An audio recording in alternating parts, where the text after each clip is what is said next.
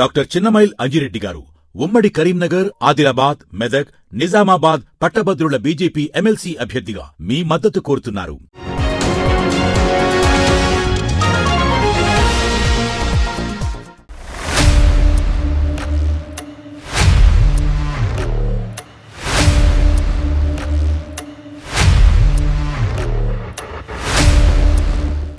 కూటమి పార్టీలకు మళ్లీ బుక్కైన జగనన్న పేటీఎం బ్యాచ్ వేసిన పథకం ఫెయిల్ అయిందా? వైసీపీ చేజేతుల పరువు తీసుకుంటోందా? జగన్మోహన్ రెడ్డిపై అభిమానం వరకు ఓకే, అమ్మఒడి రాలేదని చెప్పడం వైసీపీ ప్రీ ప్లాన్ కాదా? కూటమి పార్టీలు రివర్స్ అటాక్ మొదలెట్టాయా?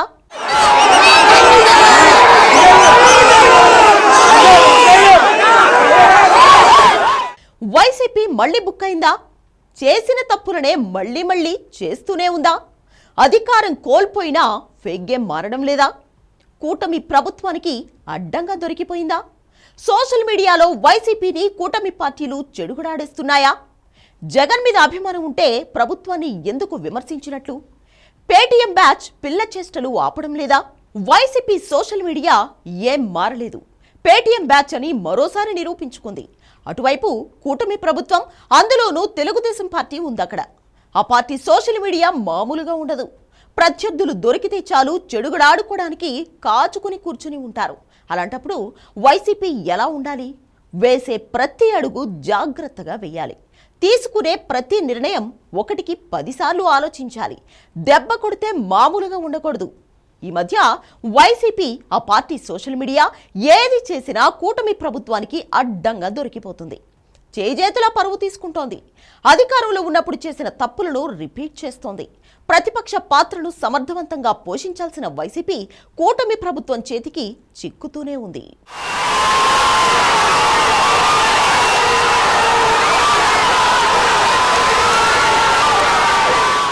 వైసీపీ అధినేత జగన్మోహన్ రెడ్డి విజయవాడకు వచ్చారు.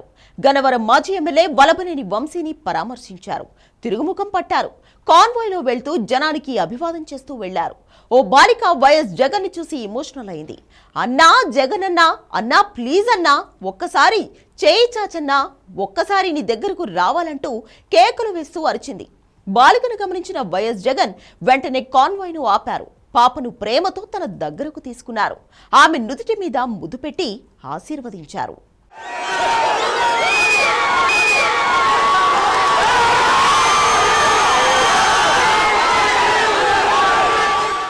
జగనన్న ముద్దు చేయడంతో చిన్నారి ఆనందానికి అవధులు లేకుండా పోయాయి. చిన్నారి సైతం జగనన్నకి ముద్దు పెట్టింది. ప్రేమతో సెల్ఫీ కూడా దిగింది. సంతోషంతో ఉప్పొంగిపోయిన పాప ఏడుస్తూనే జగన్ ప్రయాణిస్తున్న వాహనం నుంచి దిగింది. జగన్ చేసిన ఈ పనిని చూసిన వారంతా ప్రశంసలు కురిపించారు. ప్రస్తుతం ఈ వీడియో సోషల్ మీడియాలో వైరల్ గా మారింది.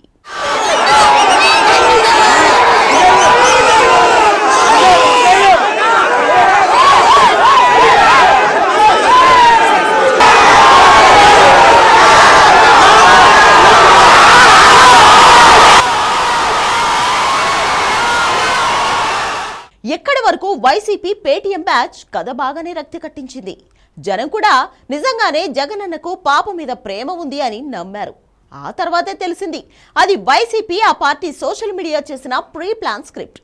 ఎందుకంటే పాపకు జగన్మోహన్ రెడ్డి మీద అభిమానం, ప్రేమ ఉండడం తప్పు కాదు. ఆయన్ను ప్రశంసించడం నేరము కాదు. జగన్ కలిసి ఫోటోలు దిగిన తర్వాత సైలెంట్ గా ఇంటికి వెళ్లిపోయి ఉంటే బాగుండేది.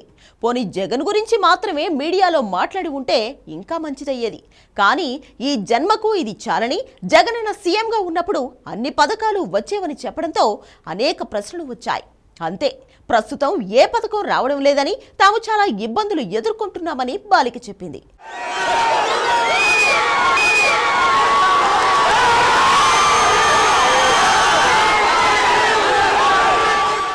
అయితే కూటమి ప్రభుత్వం వచ్చాక తమ అమ్మఒడి రావడం లేదని వ్యాఖ్యానించడంతో అడ్డంగా బుక్ అయిపోయింది.